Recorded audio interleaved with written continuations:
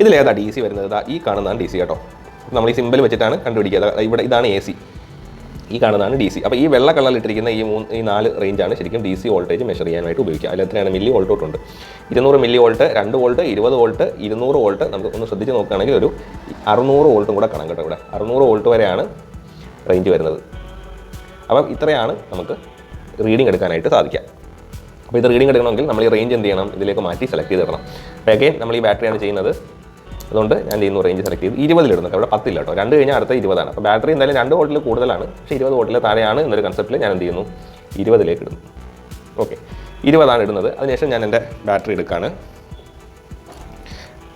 കറുപ്പ് നെഗറ്റീവിലേക്കും ചുമപ്പ് പോസിറ്റീവിലേക്കും വെച്ച് ചെക്ക് ചെയ്യാം.